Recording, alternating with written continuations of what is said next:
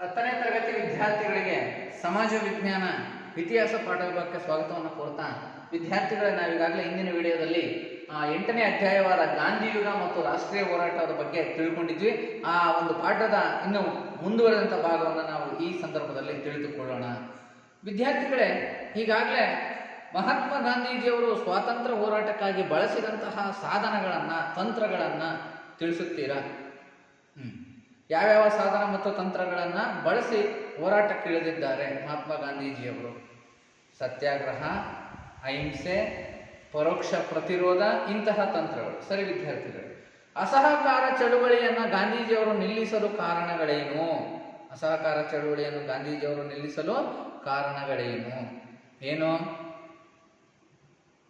ಚೌರಿ ಚೌರ ಘಟನೆ. ಯಾಕಪ್ಪ ಅಂತಂದ್ರೆ ಆ ಚೌರಿ ಚೌರ ಘಟನೆ ಹಿಂಸಾತ್ಮಕ ಮಾರ್ಗಕ್ಕೆ ತಿರುಗಿದ್ರಿಂದ ಮನನೊಂದಂತಹ ಗಾಂಧೀಜಿಯವರು ಆ ಒಂದು ಅಸಹಕಾರ ಚಳವಳಿಯನ್ನ ನಿಲ್ಲಿಸಿದ್ರು.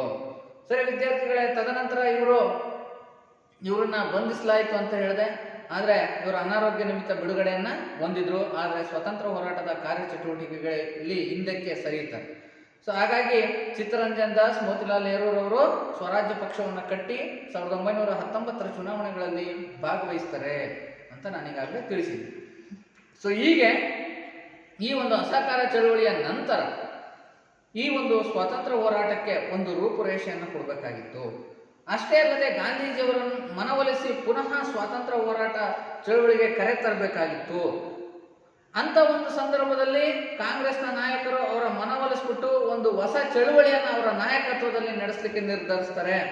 ಸೊ ಅಂತ ಹೊಸ ಸ್ವಾತಂತ್ರ್ಯ ಚಳುವಳಿಗಾಗಿ ನಡೆಸಿದಂತ ಮತ್ತೊಂದು ಚಳುವಳಿ ಯಾವ್ದಪ್ಪ ಅಂದ್ರೆ ಸವಿನಯ ಕಾನೂನು ಭಂಗ ಚಳುವಳಿ. ನೋಡಿ, ಸವಿನಯ ಕಾನೂನು ಭಂಗ ಚಳುವಳಿ. ಸವಿನಯ ಕಾನೂನು ಭಂಗ ಚಳುವಳಿ. ಸವಿನಯ ಕಾನೂನು ಭಂಗ ಚಳುವಳಿ. ನೋಡಿ ವಿದ್ಯಾರ್ಥಿಗಳೇ, ಈ ಸವಿನಯ ಕಾನೂನು ಭಂಗ ಚಳುವಳಿಗೆ ಹಲವಾರು ಹೆಸರುಗಳಿವೆ. ಸೊ 1930ರಲ್ಲಿ ನಡೆದಿರ್ತಕ್ಕಂಥದ್ದು. ಇದಕ್ಕೆ ಉಪ್ಪಿನ ಸತ್ಯಾಗ್ರಹ ಅಂತಲೂ ಕೂಡ ಕರೀತಾರೆ, ದಂಡಿ ಸತ್ಯಾಗ್ರಹ ಅಂತಲೂ ಕೂಡ ಕರೀತಾರೆ, ಅಥವಾ ಕಾನೂನು ಭಂಗ ಚಳುವಳಿ ಅಂತ ಕರೀತಾರೆ. ಸೊ ಇಷ್ಟು ಹೆಸರುಗಳು ಇದಾವೆ ಕಾನೂನು ಭಂಗ ಚಳುವಳಿಗಳು. ಕಾಯ್ದೆ ಭಂಗ ಚಳುವಳಿ.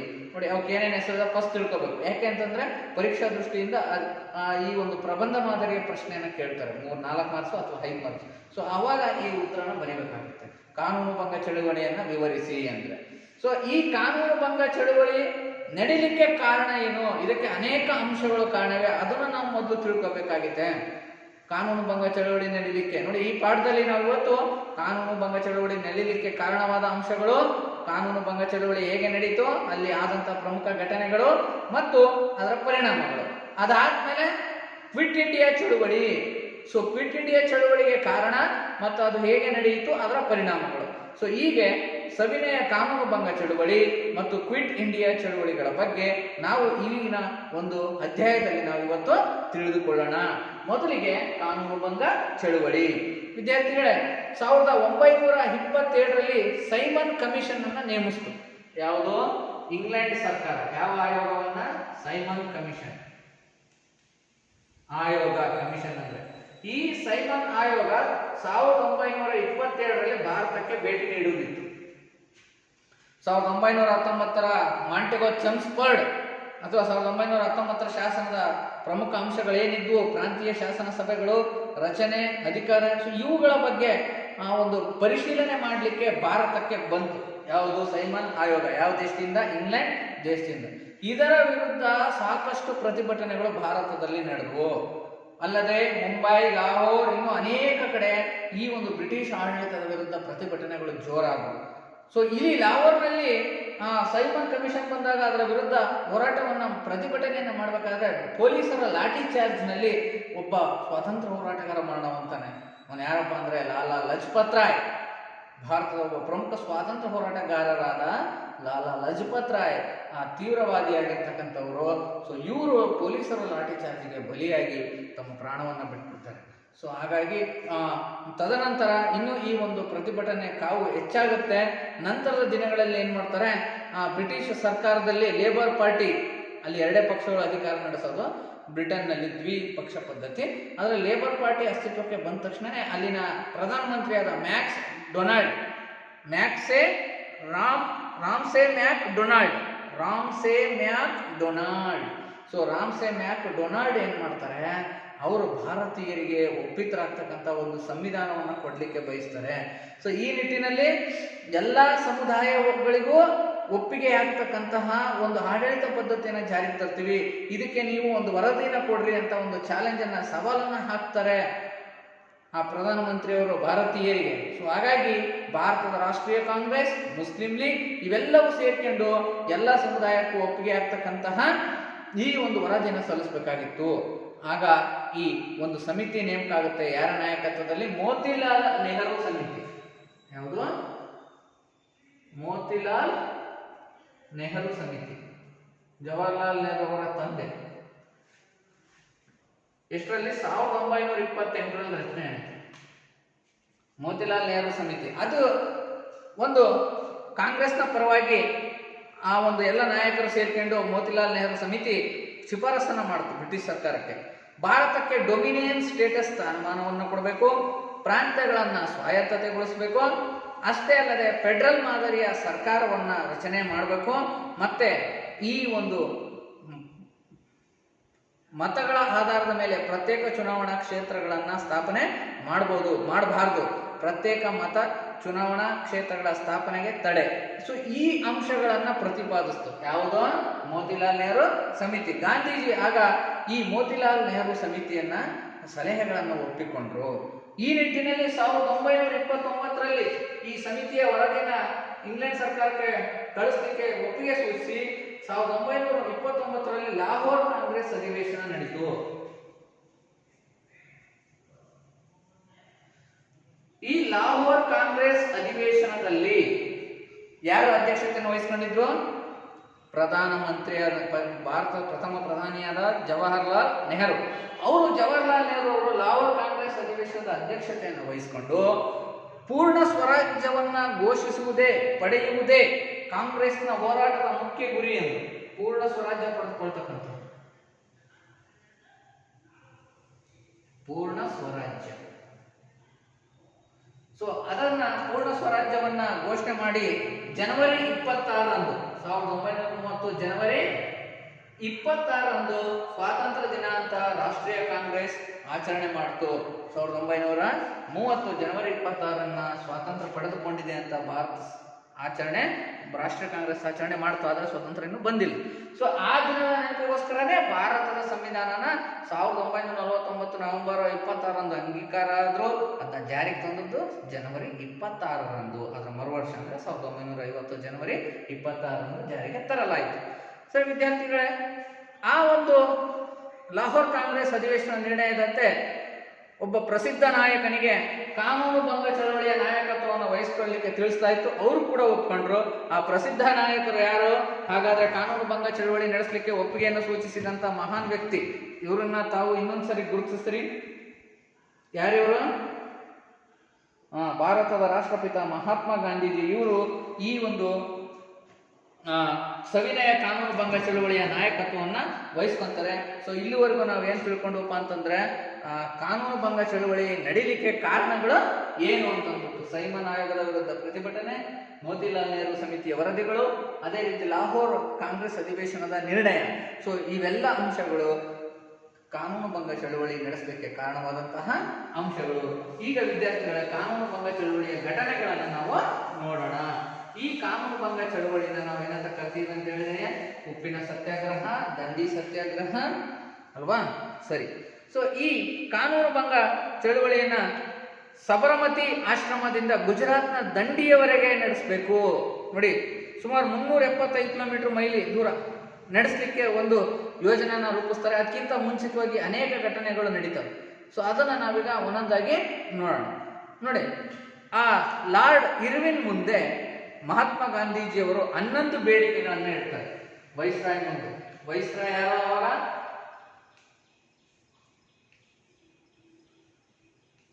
Lord Irwin.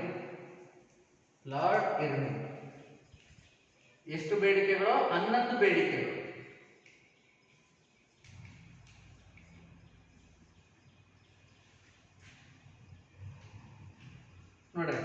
ಸೊ ಈ ಕಾನೂನು ಭಂಗ ಚಳುವಳಿಯ ನಾಯಕತ್ವವನ್ನು ಯಾರು ವಹಿಸ್ಕೊಂಡಿದ್ರು? ಮಹಾತ್ಮ ಗಾಂಧೀಜಿ. ಅದನ್ನು ಪಾಯಿಂಟ್ ಬರೀರಿ ಮೊದಲು.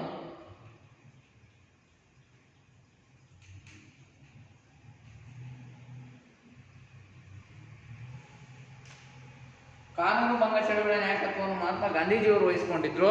ಮತ್ತೆ ಮಹಾತ್ಮ ಗಾಂಧೀಜಿಯವರು 1930 ಸಾಮಾನ್ಯ ಶಕ 1930 ಮಾರ್ಚ್ 2ರಂದು ಲಾರ್ಡ್ ಇರ್ವಿನ್ ವೈಸ್ರಾಯ್ ಅವನ ಮುಂದೆ 11 ಬೇಡಿಕೆಗಳನ್ನ ಇಡ್ತಾರೆ. ಎಂತಹ ಬೇಡಿಕೆಗಳಿವು?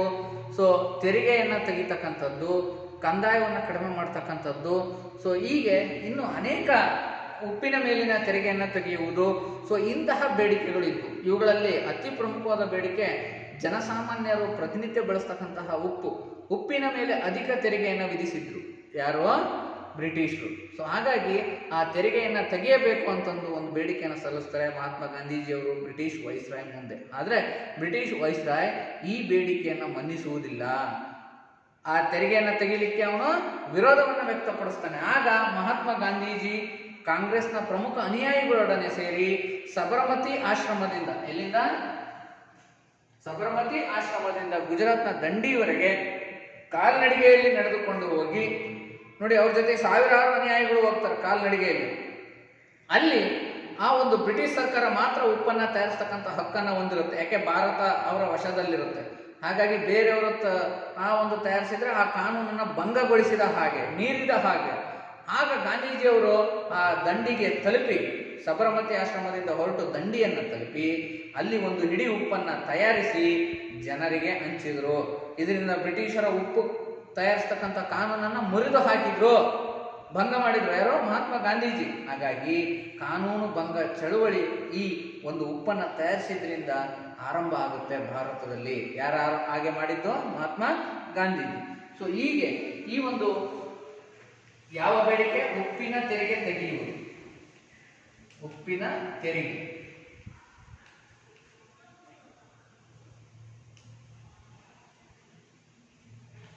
ಇದನ್ನು ವೈಸ್ರಾಯ್ ಏನ್ ಮಾಡ್ತಾನೆ? ನಿರಾಕರಿಸ್ತಾನೆ. ನೆಕ್ಸ್ಟ್ ಪಾಯಿಂಟ್, ವೈಸ್ರಾಯ್ ಈ ಬೇಡಿಕೆಗಳನ್ನು ನಿರಾಕರಿಸಿದಾನೆ.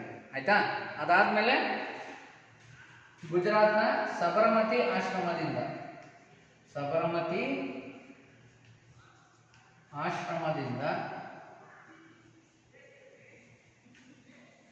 ಸಮುದ್ರ ತೀರ ದಂಡಿಯವರೆಗೆ, ಸೂರತ್ ಹತ್ರ ಸಮುದ್ರ ತೀರ ದಂಡಿಯವರೆಗೆ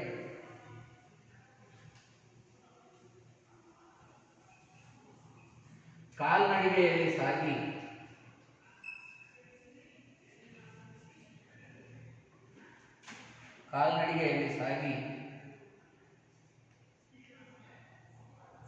ಉಪ್ಪನ್ನು ತಯಾರಿಸಿ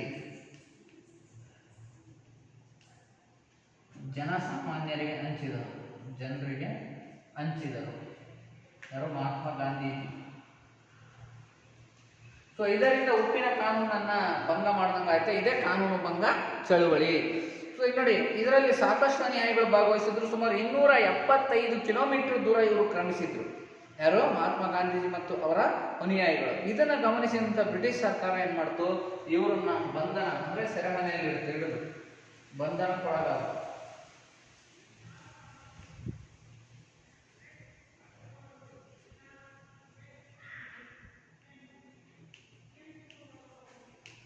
ಗಾಂಧೀಜಿಯವರು, ಅನೇಕ ಕಾಂಗ್ರೆಸ್ ನಾಯಕರು, ಸೊ ಇವರೆಲ್ಲರೂ ಕೂಡ ಬಂಧನಕ್ಕೊಳಗಾದ್ರು. ಅವರಲ್ಲಿ ಯಾರ್ಯಾರು ಪ್ರಮುಖರು ಅಂದ್ರೆ ಕಮಲಾ ನೆಹರು, ವಲ್ಲಭಭಾಯ್ ಪಟೇಲ್,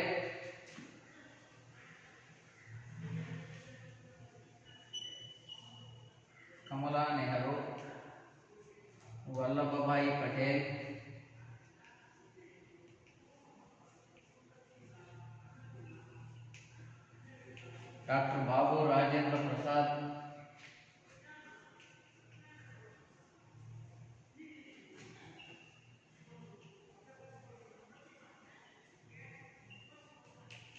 ಇನ್ನಿತರ ಸ್ವಾತಂತ್ರ್ಯ ಹೋರಾಟಗಾರರು, ಕಾಂಗ್ರೆಸ್ ನಾಯಕರೆಲ್ಲರೂ ಗಾಂಧೀಜಿಯವರೊಡನೆ ಸೆರೆಮನೆ ಸೇರುವಂತಾಯಿತು.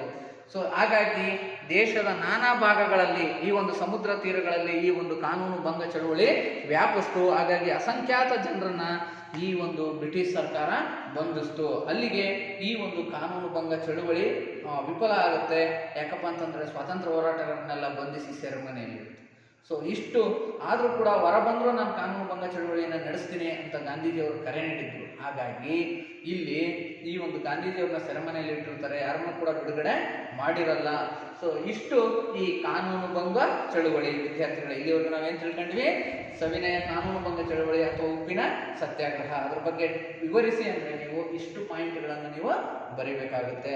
ಇನ್ನು ನೆಕ್ಸ್ಟು, ಈಗಾಗಲೇ ನಿಮಗೆ ಗೊತ್ತಿದೆ ಏನಪ್ಪಾ ಅಂತಂದ್ರೆ ಮ್ಯಾಕ್ಸ್ ಡೊನಾಲ್ಡ್ ಸರ್ಕಾರ, ರಾಮ್ಸೆ ಮ್ಯಾಕ್ ಡೊನಾಲ್ಡ್ ಸರ್ಕಾರ, ಇಂಗ್ಲೆಂಡ್ ಸರ್ಕಾರ ಭಾರತೀಯರಿಗೆ ಭರವಸೆಯನ್ನು ನೀಡಿತ್ತು.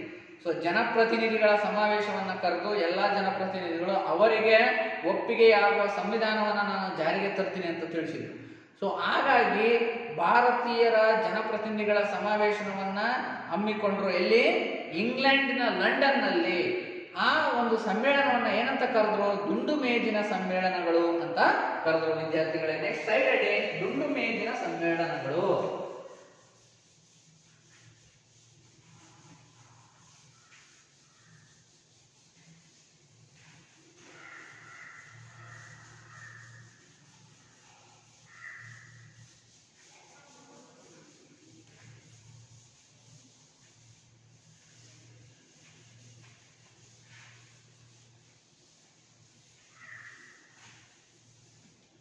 ಸೈಡ್ ದುಂಡು ಮೇಜಿನ ಸಮ್ಮೇಳನಗಳು.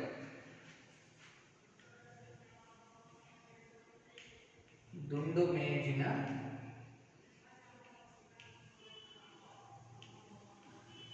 ಸಮ್ಮೇಳನಗಳು.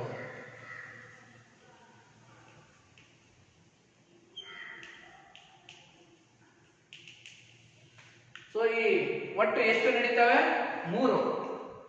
1ನೇ ದುಂಡು ಮೇಜಿನ ಸಮ್ಮೇಳನ, 2ನೇ ದುಂಡು ಮೇಜಿನ ಸಮ್ಮೇಳನ, 3ನೇ ದುಂಡು ಮೇಜಿನ ಸಮ್ಮೇಳನ. ಮೊದಲನೇ ದುಂಡು ಮೇಜಿನ ಸಮ್ಮೇಳನ 1930ರಲ್ಲಿ ನಡೆಯುತ್ತೆ. ಅದೇ ರೀತಿ 2ನೇ ದುಂಡು ಮೇಜಿನ ಸಮ್ಮೇಳನ 1931, ಅದೇ ರೀತಿ 3ನೇ ದುಂಡು ಮೇಜಿನ ಸಮ್ಮೇಳನ 1932ರ ಅಂತ್ಯದಲ್ಲಿ ನಡೆಯುತ್ತೆ ವಿದ್ಯಾರ್ಥಿಗಳು. ಸೊ ಈ 3 ದುಂಡು ಮೇಜಿನ ಸಮ್ಮೇಳನಗಳನ್ನ ನಾವೀಗ ಎಲ್ಲಿ ನಡೆಸಿದ್ರು? ಇಂಗ್ಲೆಂಡ್ ಸರ್ಕಾರ ಲಂಡನ್ ನಲ್ಲಿ. ಎಲ್ಲಿ ನಡೆಸಿದ್ರು? ಲಂಡನ್ ನಲ್ಲಿ. ಬರ್ಕೊಡು. ದುಂಡು ಮೇಜಿನ ಸಮ್ಮೇಳನ ಎಲ್ಲಿ ನಡೆದವು? ಇಂಗ್ಲೆಂಡಿನ ಲಂಡನ್ ನಲ್ಲಿ. ಅಲ್ಲಿಗೆ ಯಾರು ಹೋಗ್ಬೇಕಾಯ್ತು? ಭಾರತೀಯ ಜನಪ್ರತಿನಿಧಿಗಳು, ಅಂದ್ರೆ ರಾಷ್ಟ್ರೀಯ ಕಾಂಗ್ರೆಸ್ನ ನಾಯಕರು, ಅದೇ ರೀತಿ ಮುಸ್ಲಿಂ ಲೀಗ್ನ ನಾಯಕರು, ಅದೇ ರೀತಿ ಇನ್ನಿತರ ಸ್ವತಂತ್ರ ಹೋರಾಟಗಾರರು ಕೂಡ ಎಲ್ಲ ಸಮುದಾಯದವರು ಭಾಗವಹಿಸಲಿಕ್ಕೆ ಅವಕಾಶವನ್ನು ನೀಡಿದ್ರು. ಯಾರೋ? ಇಂಗ್ಲೆಂಡ್ ಸರ್ಕಾರ. ಸೊ ಹಾಗಾಗಿ ಎಲ್ಲ ಜನಪ್ರತಿನಿಧಿಗಳು ಭಾಗವಹಿಸ್ತಾರೆ. ಆದರೆ ಕಾಂಗ್ರೆಸ್ನ ನಾಯಕರು ಯಾರೂ ಭಾಗವಹಿಸುವುದಿಲ್ಲ 1ನೇ ದುಂಡು ಮೇಜಿನ ಸಮ್ಮೇಳನದಲ್ಲಿ. 1ನೇ ದುಂಡು ಮೇಜಿನ ಸಮ್ಮೇಳನದಲ್ಲಿ ಯಾರೊಬ್ರು ಕೂಡ ಭಾಗವಹಿಸಲ್ಲ ಕಾಂಗ್ರೆಸ್ನ ನಾಯಕರು. ಆದ್ರೆ ಒಬ್ರು ಭಾಗವಹಿಸಿರ್ತಾರೆ ಭಾರತೀಯ ಜನಪ್ರತಿನಿಧಿಗಳು ಭಾರತದ ಕಡೆಯಿಂದ. ಯಾರಪ್ಪ ಅಂತಂದ್ರೆ ಈ ವ್ಯಕ್ತಿಗಳನ್ನ ನೀವು ಚಿತ್ರದಲ್ಲಿ ಗುರುತಿಸಬೇಕು ವಿದ್ಯಾರ್ಥಿಗಳೇ. ಯಾರಿವರು? ಇವ್ರ ಹೆಸರು ಹೇಳ್ತೀರಾ ನನಗೆ? ಯಾರಿವರು? ಡಾಕ್ಟರ್ BR ಅಂಬೇಡ್ಕರ್ ಅವರು. ಡಾಕ್ಟರ್ BR ಅಂಬೇಡ್ಕರ್ ಅವರು. ಗಮನಿಸಿದ್ರ? ಸೊ ಇವರು ಮೊದಲ ದುಂಡು ಮೇಜಿನ ಸಮ್ಮೇಳನದಲ್ಲಿ ಭಾಗವಹಿಸ್ತಾರೆ.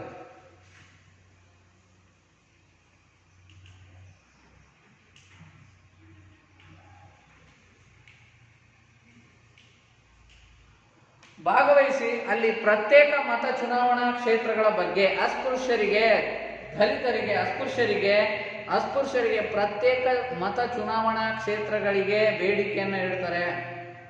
ಇದನ್ನ ಗಮನಿಸುತ್ತೆ ಬ್ರಿಟಿಷ್ ಸರ್ಕಾರ.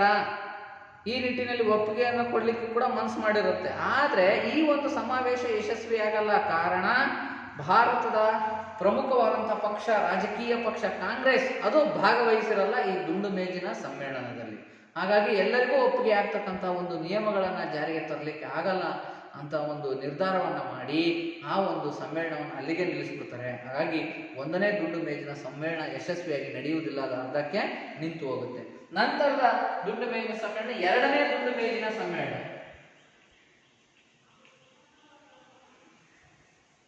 ಇಲ್ಲಿ 2ನೇ ದುಂಡು ಮೇಜಿನ ಸಮ್ಮೇಳನಕ್ಕೆ ಹೇಗಾದ್ರೂ ಮಾಡಿ ಕಾಂಗ್ರೆಸ್ನ ನಾಯಕರನ್ನ ಕರೆಸಬೇಕು ಅಂತಂದ್ಬಿಟ್ಟು ಇಲ್ಲಿ ಬ್ರಿಟಿಷ್ ಸರ್ಕಾರ ಆದೇಶ ಮಾಡಿದಾಗ ಇಲ್ಲಿ ಇರ್ವಿನ್ ಗಾಂಧೀಜಿಯನ್ನ ಬಿಡುಗಡೆ ಮಾಡಲಿಕ್ಕೆ ಒಂದು ಒಪ್ಪಂದವನ್ನ ಮಾಡ್ಕೊಂತಾನೆ. ಅದನ್ನ ಗಾಂಧಿ ಇರ್ವಿನ್ ಒಪ್ಪಂದ ಅಂತ ಹೇಳ್ತೀವಿ.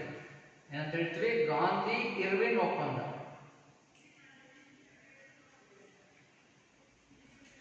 ಗಾಂಧೀಜಿಯ ಅಸಂಖ್ಯಾತ ಅನುಯಾಯಿಗಳು ಸೆರೆಮನೆಯಲ್ಲಿರ್ತಾರೆ. ಸೊ ಎರಡನೇ ದುಂಡು ಮೇಜಿನ ಸಮ್ಮೇಳನ ನಡೆಯುವಷ್ಟೊತ್ತಿಗೆ ವೈಸ್ರಾಯ್ ಇರ್ವಿನ್ ಏನ್ ಮಾಡ್ತಾನೆ, ಗಾಂಧೀಜಿಯವರೊಡನೆ ಮಾತುಕತೆ ನಡೆಸಿ ಅವರನ್ನ ಸೆರೆಮನೆಯಿಂದ ಬಿಡ್ತೀವಿ, ಬಿಡೋದು ಜೊತೆಗೆ ಗಾಂಧೀಜಿಯವರು ಉಪ್ಪಿನ ಸತ್ಯಾಗ್ರಹವನ್ನ, ಕಾನೂನು ಭಂಗ ಚಳವಳಿಯನ್ನು ನಿಲ್ಲಿಸಬೇಕು ಅಂತ ಷರತ್ತುಗಳನ್ನ ಹಾಕ್ತಾನೆ. ಯಾರು? Viceroy lord Irwin. ಹಾಗಾಗಿ ಗಾಂಧೀಜಿಯವರು ಕಾನೂನು ಭಂಗ ಚಳವಳಿಯನ್ನು ನಿಲ್ಲಿಸ್ತಾರೆ.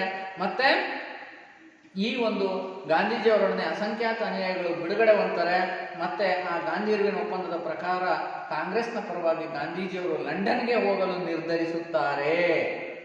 ನೋಡಿ, ಅಲ್ಲಿಗೆ ಎರಡನೇ ದುಂಡು ಮೇಜಿನ ಸಮ್ಮೇಳನದಲ್ಲಿ ಮಹಾನ್ ನಾಯಕರು ಭಾಗವಹಿಸುವಂತಾಯಿತು. ಸೊ ಇಲ್ಲಿ ನೋಡಿ, ಈ ಫೋಟೋಗಳನ್ನ ಗಮನಿಸಿ. ಮಹಾತ್ಮ ಗಾಂಧೀಜಿ, ಅದೇ ರೀತಿಯಾಗಿ ಮತ್ತೋರ್ವರು ಡಾಕ್ಟರ್ ಬಿ ಆರ್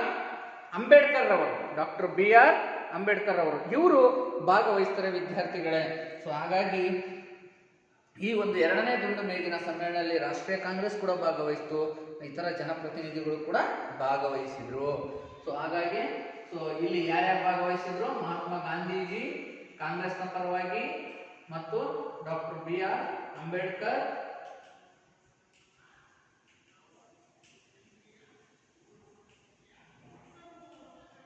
ಸೊ ಇನ್ನು ಸ್ಥಳೀಯ ರಾಜರು, ದೇಶೀಯ ರಾಜರು ಕೂಡ ಭಾಗವಹಿಸಿದ್ರು.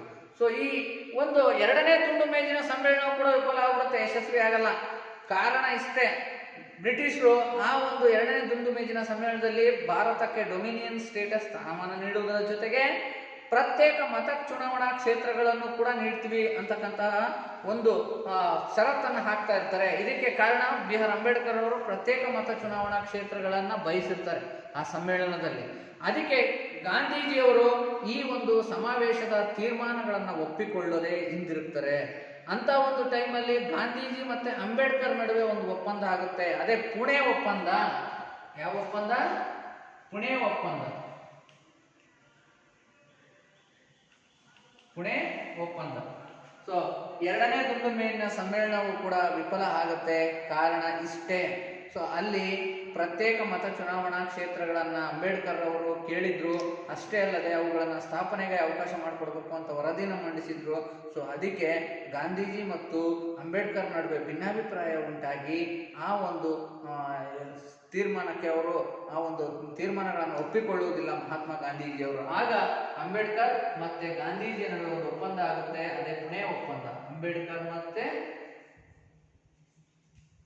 ಗಾಂಧೀಜಿ. ಈ ಪುಣೆ ಒಪ್ಪಂದ ಆಗಿ ಕೇವಲ ಮತಕ್ಷೇತ್ರಗಳಲ್ಲಿ ಅಸ್ಪೃಶ್ಯರಿಗೆ ಸ್ಥಾನಗಳನ್ನು ಮಾತ್ರ ಮೀಸಲಿಡ್ಲಿಕ್ಕೆ ಗಾಂಧೀಜಿಯವರು ಅಭಿಪ್ರಾಯನ ವ್ಯಕ್ತಪಡಿಸ್ತಾರೆ. ಅದಕ್ಕೆ ಅಂಬೇಡ್ಕರ್ ಅವರು ಒಪ್ಕೊಂತಾರೆ. ಹಾಗಾಗಿ ಇವರಿಗೆ ಪ್ರತ್ಯೇಕ ಮತ ಚುನಾವಣಾ ಕ್ಷೇತ್ರಗಳಿಲ್ಲ. ಇರುವ ಚುನಾವಣಾ ಕ್ಷೇತ್ರಗಳಲ್ಲಿ ಅಸ್ಪೃಶ್ಯರಿಗೆ ಕೆಲವು ಸ್ಥಾನಗಳನ್ನು ಮೀಸಲು ಇರಲಿಕ್ಕೆ ಅಂಬೇಡ್ಕರ್ ಅವರು ಒಪ್ಪಿಗೆಯನ್ನು ಕೊಟ್ಬಿಡ್ತಾರೆ. ಸೊ ಹೀಗೆ ಈ ಒಂದು ಗಾಂಧಿ ಮತ್ತೆ ಅಂಬೇಡ್ಕರ್ ನಡುವೆ ಪುಣೆ ಒಪ್ಪಂದದಿಂದ ಅದು ನಿಂತು ಹೋಗುತ್ತೆ. ಅದು ಆ ಒಂದು ಎಲ್ಲ ವರದಿಗಳನ್ನು ನೀಡಲಾಗುತ್ತೆ. ನೆಕ್ಸ್ಟ್ ಮೂರನೇ ದುಂಡು ಮೇಜಿನ ಸಮ್ಮೇಳನ. ಮೂರನೇ ದುಂಡು ಮೇಜಿನ ಸಮ್ಮೇಳನ ಅದೇ ಲಂಡನ್ ನಲ್ಲಿ ನಡೆಯುತ್ತೆ. ಮತ್ತೆ ಡಾಕ್ಟರ್ ಬಿ ಆರ್ ಅಂಬೇಡ್ಕರ್ ಹೋಗಿರ್ತಾರೆ. ಆದರೆ ಮಹಾತ್ಮ ಗಾಂಧೀಜಿ ಬ್ರಿಟಿಷರು ಒಡೆದು ಆಳುವ ಕುತಂತ್ರ ನೀತಿಯನ್ನು ಮತ್ತೆ ತೋರಿಸ್ತಾರೆ. ಮತ್ತೆ ಈ ಒಂದು ಪ್ರತ್ಯೇಕ ಮತ ಚುನಾವಣಾ ಕ್ಷೇತ್ರಗಳು ಇವಕ್ಕೆಲ್ಲ ಒಪ್ಪಿಗೆ ನೀಡ್ತಾರೆ ಅಂತ ಅಂದ್ಬಿಟ್ಟು ಅವರು ಭಾಗವಹಿಸಲ್ಲ, ತಿರಸ್ಕರಿಸ್ತಾರೆ. ಮತ್ತೆ ರಾಷ್ಟ್ರೀಯ ಕಾಂಗ್ರೆಸ್ ಭಾಗವಹಿಸಲ್ಲ. ಹಾಗಾಗಿ ಮೂರು ದುಂಡು ಮೇಜಿನ ಸಮ್ಮೇಳನಗಳಲ್ಲಿ ಭಾಗವಹಿಸಿದಂಥವರು ಡಾಕ್ಟರ್ ಬಿ ಆರ್ ಅಂಬೇಡ್ಕರ್. ಗಾಂಧೀಜಿಯವರು ಮಾತ್ರ ಕಾಂಗ್ರೆಸ್ ಪರವಾಗಿ, ಕಾಂಗ್ರೆಸ್ ಅಂತಾನೆ ತಿಳ್ಕೊಬೇಕು ನೀವು ಇಲ್ಲಿ, ಕಾಂಗ್ರೆಸ್ ಎರಡನೇ ದುಂಡು ಮೇಜಿನ ಸಮ್ಮೇಳನಕ್ಕೆ ಮಾತ್ರ ಭಾಗವಹಿಸಿತ್ತು ವಿದ್ಯಾರ್ಥಿಗಳೇ. ತದನಂತರ ಈ ದುಂಡು ಮೇಜಿನ ಸಮ್ಮೇಳನದ ಒಂದು ತಿರುಳಾಗಿ ಭಾರತಕ್ಕೆ ಫೆಡರಲ್ ಮಾದರಿಯ ಸರ್ಕಾರ ಕೊಡ್ತೀವಿ ಮತ್ತೆ ಡೊಮಿನಿಯನ್ ಸ್ಟೇಟಸ್ ಅನ್ನು ನೀಡ್ತೀವಿ ಅಂತ ಶಿಫಾರಸನ್ನು ಮಾಡ್ತು. ಈ ನಿಟ್ಟಿನಲ್ಲಿ 1935ರಲ್ಲಿ ಈ ಒಂದು ಭಾರತ ಸರ್ಕಾರದ ಚುನಾವಣೆಗಳನ್ನು ನಡೆಸಿತು ವಿದ್ಯಾರ್ಥಿಗಳೇ. ಭಾರತ ಸರ್ಕಾರದ ಚುನಾವಣೆಗಳು ಈ 1935ರಲ್ಲಿ ಏನು ಒಂದು ಶಾಸನ ಬಂತು, 1935ರ ಶಾಸನದಂತೆ ಚುನಾವಣೆ ನಡೆದ್ಬಿಟ್ಟು ಕಾಂಗ್ರೆಸ್ ಅನೇಕ ಕಡೆ ಚುನಾವಣೆಗಳಲ್ಲಿ ಗೆದ್ದು ಅಧಿಕಾರಕ್ಕೆ ಬಂತು. ಅದೇ ರೀತಿ ಮುಸ್ಲಿಂ ಲೀಗ್ ಕೆಲವು ಕ್ಷೇತ್ರಗಳಲ್ಲಿ ಗೆಲ್ತು, ಮುಸ್ಲಿಂ ಲೀಗ್. ಸೊ ಹೀಗೆ ಈ ಒಂದು ಕಾಂಗ್ರೆಸ್ ಬಹುಮತದೊಂದಿಗೆ ಅನೇಕ ಪ್ರಾಂತ್ಯಗಳಲ್ಲಿ ವಿಜಯವನ್ನು ಸಾಧಿಸಿ ಅದು ಸರ್ಕಾರವನ್ನು ರಚನೆ ಮಾಡಿತು. ಆ ಒಂದು ಸಲಹಾ ಸಮಿತಿಗಳಲ್ಲಿ, ಶಾಸನ ಸಭೆಗಳಲ್ಲಿ ಕಾಂಗ್ರೆಸ್ ಸದಸ್ಯರು ಆ ಒಂದು ಸ್ಥಾನವನ್ನು ಅಲಂಕಾರ ಮಾಡಿದರು. ಆದರೆ ಇಂಥ ಒಂದು ಸಮಯದಲ್ಲಿ ಈ ಒಂದು ಎರಡನೇ ಮಹಾಯುದ್ಧ ನಡೆದು ಬಿಡುತ್ತೆ ಜಗತ್ತಿನಲ್ಲಿ. ಎರಡನೇ ಮಹಾಯುದ್ಧ ಎಷ್ಟರಲ್ಲಿ ನಡೀತು? 1939ರಿಂದ 45ವರೆಗೆ, 1900. ಈ ಎರಡನೇ ಮಹಾಯುದ್ಧದಲ್ಲಿ ಭಾರತೀಯರ ಬೆಂಬಲ ಕೇಳದೆ, ಏನು ಚುನಾವಣೆಯಲ್ಲಿ ಗೆದ್ದಂತ ಕಾಂಗ್ರೆಸ್ ನಾಯಕರ ಒಂದು ಮಾತನ್ನ ಕೇಳದೆ ವೈಸ್ರಾಯ್ ಏನ್ ಮಾಡ್ಬಿಡ್ತಾನೆ, ಭಾರತವನ್ನ ಎರಡನೇ ಮಹಾಯುದ್ಧದಲ್ಲಿ ತೊಡಗಿಸಿಕೊಳ್ತಾನೆ. ಜರ್ಮನಿಯ ವಿರುದ್ಧ ಯುದ್ಧವನ್ನು ಘೋಷಿಸ್ಬಿಟ್ರು. ಅಲ್ಲಿ ಜರ್ಮನಿ ಬಣ ಮತ್ತೆ ಇಂಗ್ಲೆಂಡ್ ಬಣ ಅಂತ ಎರಡು ಬಣಗಳಾಗಿರ್ತವೆ ಎರಡನೇ ಮಹಾಯುದ್ಧ ನಡಿಬೇಕಾದ್ರೆ. ಆಗ ಇಂಗ್ಲೆಂಡ್ನ ವಸಾಹತಿ ಯಾವುದು? ಭಾರತ. ಸೊ ಹಾಗಾಗಿ ಇಂಗ್ಲೆಂಡ್ನ ಪರವಾಗಿ ಯುದ್ಧವನ್ನ ಮಾಡಬೇಕಾಗಿತ್ತು ಜರ್ಮನಿಯ ವಿರುದ್ಧ. ಸೊ ಹಾಗಾಗಿ ಭಾರತೀಯರ ಬೆಂಬಲ ಇಲ್ಲದೆ ಯುದ್ಧ ಘೋಷಿಸಿರ್ತಕ್ಕಂಥದ್ದು ಈ ಬ್ರಿಟಿಷರು ಅಂತಂದ್ಬಿಟ್ಟು ಗಾಂಧೀಜಿಯವರು ಮನನೊಂದು ಏನ್ ಮಾಡಿದ್ರು, ಈ ಒಂದು ಉಗ್ರ ಹೋರಾಟವನ್ನು ಆರಂಭಿಸ್ತಾರೆ. ಸೊ ಆ ನಿಟ್ಟಿನಲ್ಲಿ ಎಲ್ಲ ಗೆದ್ದಂತ ಎಲ್ಲ ಕ್ಷೇತ್ರಗಳಲ್ಲಿ ರಾಜೀನಾಮೆಯನ್ನು ಕೊಟ್ಬಿಡುತ್ತೆ. ಯಾವುದು? ಭಾರತದ ರಾಷ್ಟ್ರೀಯ ಕಾಂಗ್ರೆಸ್ ಚುನಾವಣೆಗಳಲ್ಲಿ. ಆಗ ಮುಸ್ಲಿಂ ಲೀಗ್ ಏನ್ ಮಾಡುತ್ತೆ, ವಿಮುಕ್ತಿ ದಿವಸ್ ಅಂತ ಆಚರಣೆ ಮಾಡುತ್ತೆ. ಆ ರಾಜೀನಾಮೆ ಕೊಟ್ಟು ಹೊರ ಬರ್ತಾರಲ್ಲ ಕಾಂಗ್ರೆಸ್ನ ನಾಯಕರು, ಆ ದಿನವನ್ನ ಮುಸ್ಲಿಂ ಲೀಗ್ ವಿಮುಕ್ತಿ ದಿನವನ್ನಾಗಿ ಆಚರಣೆ ಮಾಡ್ತು ವಿದ್ಯಾರ್ಥಿಗಳೇ. ಈ ನಿಟ್ಟಿನಲ್ಲಿ ಗಾಂಧೀಜಿಯವರಿಗೆ ಮನವೊಲಿಸಲಿಕ್ಕೆ ಅಂತಾನೆ ಈ ಒಂದು ಸರ್ ಸ್ಟ್ರಾಫರ್ಡ್ ಕ್ರಿಪ್ಸ್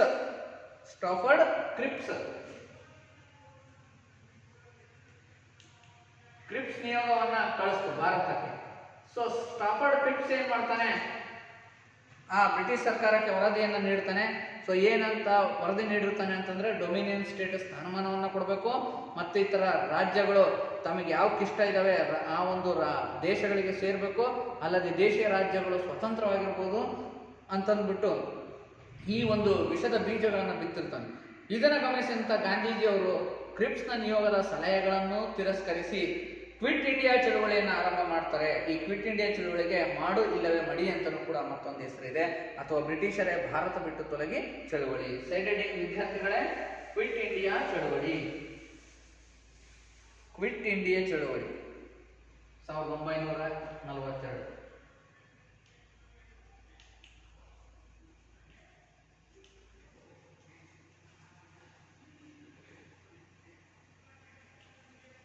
ಸಾಮಾನ್ಯ ಶಕ 1942, ಸಾಮಾನ್ಯ ಶಕ ವರ್ಷ 1942 ಕ್ವಿಟ್ ಇಂಡಿಯಾ ಚಳುವಳಿ. ಕ್ವಿಟ್ ಇಂಡಿಯಾ ಚಳುವಳಿ ನಡೀಲಿಕ್ಕೆ ಪ್ರಮುಖವಾದಂತಹ ಕಾರಣ ಏನಪ್ಪಾ ಅಂತಂದ್ರೆ, ಬರ್ಕೊಡ್ರಿ, ಎರಡು ಕಾರಣಗಳು ಕ್ವಿಟ್ ಇಂಡಿಯಾ ಚಳುವಳಿ ನಡೀಲಿಕ್ಕೆ.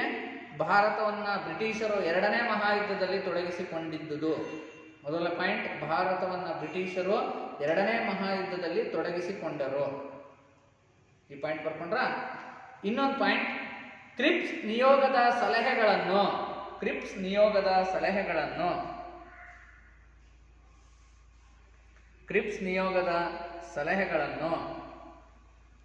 ಭಾರತ ವಿಭಜನೆಯ ಉದ್ದೇಶವೆಂದು ತಿಳಿದು ತಿರಸ್ಕರಿಸಿದರು.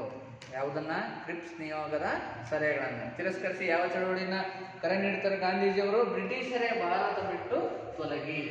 ನೋಡಿ, 1942ರಲ್ಲಿ ಆಗಸ್ಟ್ 9ನೇ ತಾರೀಕಿನಂದು ಒಂದು ಕರೆಯನ್ನು ನೀಡ್ತಾರೆ ಭಾರತೀಯರಿಗೆ. ಬ್ರಿಟಿಷರಿಗೆ ಏನಂತ ಹೇಳ್ತಾರೆ? ಬ್ರಿಟಿಷರೇ ಭಾರತ ಬಿಟ್ಟು ತೊಲಗಿ. ಬ್ರಿಟಿಷರೇ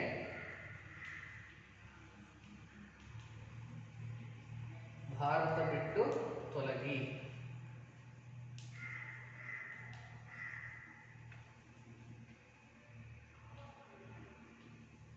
ಎಂದು ಘೋಷಿಸಿದರು.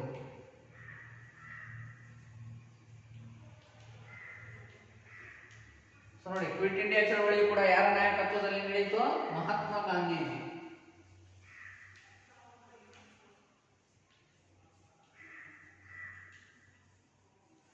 ನೋಡಿ, ಕ್ವಿಟ್ ಇಂಡಿಯಾ ಚಳವಳಿ ಬಗ್ಗೆ ಬರೀಬೇಕಾದ್ರೆ ಈ ರೀತಿ ಬರೀಬೇಕು. ಕ್ವಿಟ್ ಇಂಡಿಯಾ ಚಳವಳಿ ನಡೀಲಿಕ್ಕೆ ಕಾರಣಗಳೇನು? ಎರಡು ಕಾರಣ ಕೊಟ್ಟೆ.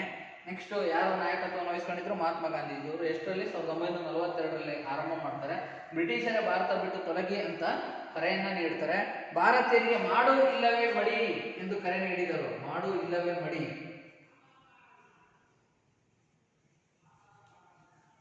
ಇದರಿಂದ ಸಾಗರೋಪಾದಿಯಲ್ಲಿ ಜನ ಇವರ ಕರೆಗೆ ಹೋಗೊಟ್ಟು ಕ್ವಿಟ್ ಇಂಡಿಯಾ ಚಳುವಳಿಯಲ್ಲಿ ಭಾಗವಹಿಸ್ತಾರೆ. ಪ್ರಾಣ ಇರೋವರೆಗೂ ಹೋರಾಟವನ್ನು ಮಾಡಿದ್ರು, ಇಲ್ಲವೇ ಮಾಡಿ.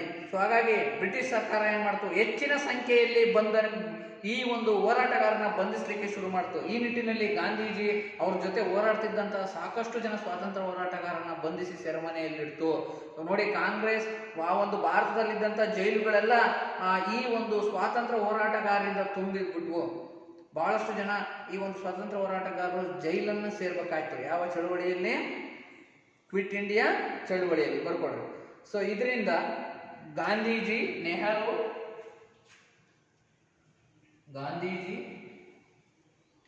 ನೆಹರು, ವಲ್ಲಭಭಾಯಿ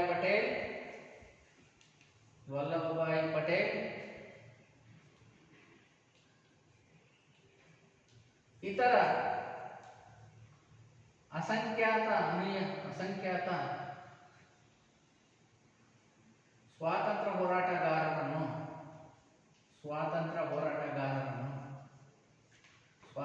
ಹೋರಾಟಗಾರರನ್ನು ಬಂಧಿಸಲಾಯಿತು.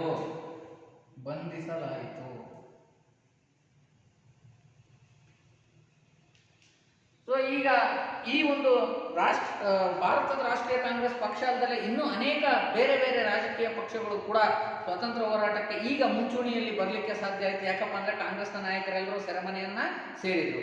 ಆಗ ಕಾಂಗ್ರೆಸ್ನಲ್ಲಿ ಒಂದು ಪಕ್ಷ, ಸಮಾಜವಾದಿ ಪಕ್ಷ, ಅದರ ನಾಯಕ ಲೋಕನಾಯಕ ಜಯಪ್ರಕಾಶ ನಾರಾಯಣ.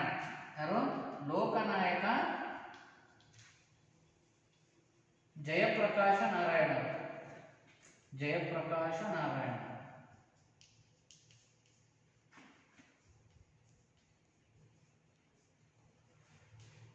ಚಳುವಳಿಯನ್ನು ಮುನ್ನಡೆಸ್ತಾರೆ, ನಾಯಕತ್ವವನ್ನು ವಹಿಸಿದರು. ಚಳುವಳಿಯ ನಾಯಕತ್ವ ವಹಿಸಿದರು ಯಾರು? ಲೋಕನಾಯಕ ಜಯಪ್ರಕಾಶ್ ನಾರಾಯಣ್ ರವರು ಈ ಕ್ವಿಟ್ ಇಂಡಿಯಾ ಚಳುವಳಿಯ ನಾಯಕತ್ವವನ್ನು ವಹಿಸಿ ಈ ಒಂದು ದಿಕ್ಕೆಟ್ಟ ಚಳುವಳಿಗೆ ದಿಕ್ಕು ತೋರಿಸಿದರು. ಅಂದ್ರೆ ಯಾವೊಬ್ಬ ಸ್ವಾತಂತ್ರ್ಯ ಹೋರಾಟಗಾರ ಮಾರ್ಗದರ್ಶನ ಇರಲಿಲ್ಲ. ಸೊ ಅವರೆಲ್ಲರೂ ಸೆರೆಮನೆಯಲ್ಲಿದ್ದರು. ಹಾಗಾಗಿ ಇವರೇನ್ ಮಾಡಿದ್ರು, ಈ ಜನರಿಗೆ, ಜನಸಾಮಾನ್ಯರಿಗೆ, ರೈತರಿಗೆ, ಕಾರ್ಮಿಕರಿಗೆ ತರಬೇತಿಯನ್ನು ನೀಡಿದರು. ಒಂದು ರೀತಿ ಕ್ರಾಂತಿಕಾರಿ ಹೋರಾಟ ಮಾರ್ಗವನ್ನು ಅನುಸರಿಸಿದರು. ಬ್ರಿಟಿಷ್ ಆಡಳಿತಕ್ಕೆ ಸಂಪೂರ್ಣವಾಗಿ ಅಸಹಕಾರವನ್ನು ತೋರಿದರು. ಅವರ ಕಚೇರಿಗಳ ಮೇಲೆ ಆಕ್ರಮಣ ಮತ್ತೆ ಇನ್ನಿತರ ಕೆಲವು ಕ್ರಾಂತಿಕಾರಕ ಚಟುವಟಿಕೆಗಳು ಕೂಡ ಈ ಸಮಯದಲ್ಲಿ ನಡೆದವು. ರೈಲು ಹಳಿಗಳ ನಾಶ, ಅಂಚೆ ಕಚೇರಿಗಳ ಮೇಲೆ ಆಕ್ರಮಣ. ಸೊ ಹೀಗೆ ಈ ಒಂದು ಕ್ರಾಂತಿಕಾರಿ ಮಾರ್ಗಗಳು ಮತ್ತು ರೈತರು ಮತ್ತು ಈ ಒಂದು ಕಾರ್ಮಿಕರಿಗೆ ಹೋರಾಟವನ್ನ ಮಾಡಲಿಕ್ಕೆ ಒಂದು ಮಾರ್ಗದರ್ಶನವನ್ನು ಇವರು ನೀಡಿದ್ರು. ಯಾರು? ಜಯಪ್ರಕಾಶ್ ನಾರಾಯಣರು. ಈ ನಿಟ್ಟಿನಲ್ಲಿ ಈ ಒಂದು ಕ್ವಿಟ್ ಇಂಡಿಯಾ ಚಳುವಳಿ ಯಶಸ್ವಿಯಾಗಿ ಬ್ರಿಟಿಷರು ಭಾರತವನ್ನ ಈ ಯುದ್ಧದಿಂದ ಹಿಂದಕ್ಕೆ ಸರಿಯುವಂತೆ ಮಾಡಿದ್ರು. ಯಾರು? ಲೋಕನಾಯಕ ಜಯಪ್ರಕಾಶ್ ನಾರಾಯಣರು. ಸೊ ಹಾಗಾಗಿ ಈ ಒಂದು ಕ್ವಿಟ್ ಇಂಡಿಯಾ ಚಳುವಳಿ ಯಶಸ್ವಿ ಆಯಿತು ಅಂತ ನಾವು ಹೇಳ್ಬೋದು ವಿದ್ಯಾರ್ಥಿಗಳು. ಇಷ್ಟು ಕ್ವಿಟ್ ಇಂಡಿಯಾ ಚಳುವಳಿ. ಇದ್ರ ಬಗ್ಗೆ ಕೊನೆ ಪಾಯಿಂಟ್ ಬರ್ಕೊಡ್ರಿ. ಜಯಪ್ರಕಾಶ ನಾರಾಯಣರು ದಿ ಫ್ರೀಡಮ್ ಸ್ಟ್ರಗಲ್ ಫ್ರಂಟ್,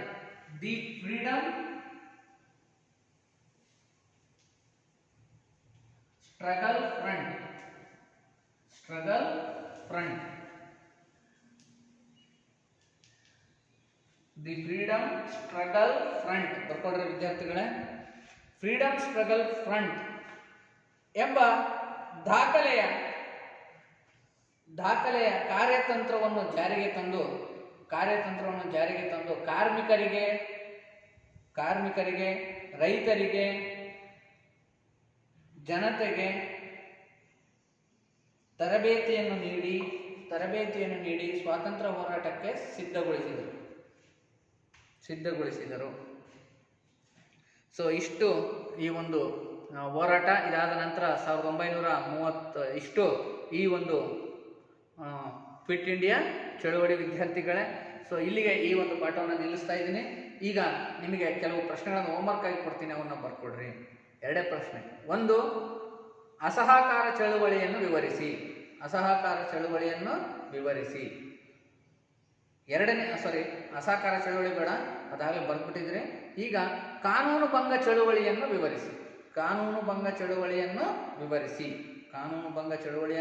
ವಿವರಿಸಿ. 2ನೇ ಪ್ರಶ್ನೆ, ಕ್ವಿಟ್ ಇಂಡಿಯಾ ಚಳವಳಿಯ ನಾಯಕತ್ವವನ್ನು ಕೊನೆಯಲ್ಲಿ ಯಾರು ವಹಿಸಿಕೊಂಡರು? ಕ್ವಿಟ್ ಇಂಡಿಯಾ ಚಳವಳಿಯ ನಾಯಕತ್ವವನ್ನು ಕೊನೆಯಲ್ಲಿ ಯಾರು ವಹಿಸಿಕೊಂಡರು? ಮೊದಲಿಗೆ ಮಹಾತ್ಮ ಗಾಂಧೀಜಿ ವಹಿಸಿಕೊಂಡಿದ್ರು, ತದನಂತರ ಯಾರು ವಹಿಸಿಕೊಂಡ್ರು ಅಂತ ನೀವು ಬರಿಬೇಕಾಗುತ್ತೆ.